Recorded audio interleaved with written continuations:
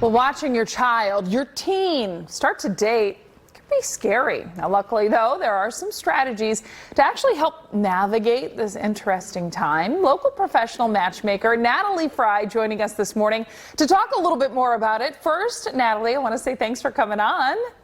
Thank you for having me. So, I've got 2 little boys at home. My sister has 4, a 14-year-old, and we were at his football game, and I heard the girls in the stands, like, snickering about him. And I thought, oh, I am so glad I am not my sister in this stage, because how do parents even know when it's time for, like, their teens to start dating?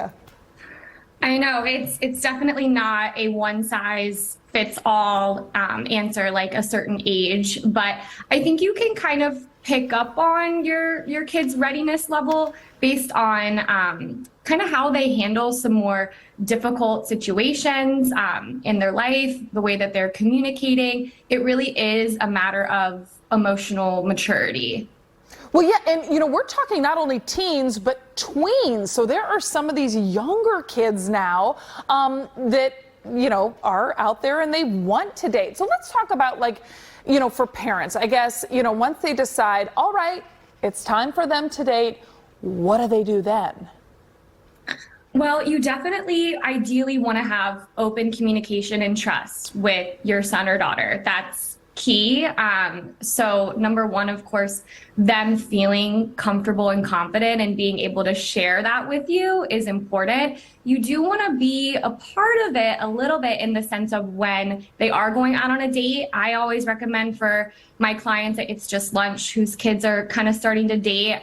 When it comes up in conversation, meet the date is important. Not to be, and not an intimidation factor or anything, but you do want to, be able to vet a little bit, have that conversation, and show both your son or daughter and their date that you're involved in your kid's life.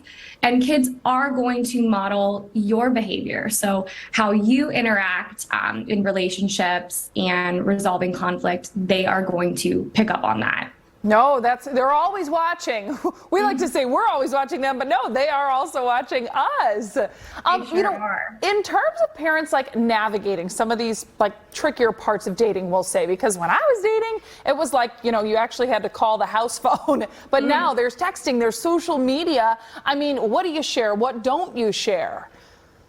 Right. That's super important, right? And I think it is tricky because you don't always have access to the conversations that are being had. You can't, pick up the house phone sneakily and see the conversation that's going on. But again, it does come back to trust and that communication with your son or daughter, and being able to have that conversation with them and letting them know there are certain things you want to take your time, certain areas that maybe you don't want to discuss right away, and just making sure that they're feeling confident in whatever relationship that they are pursuing or interested in.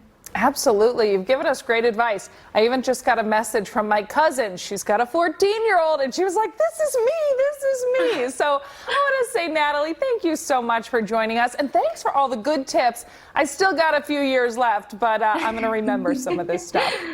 Absolutely. Thank you so much for having me. Take care.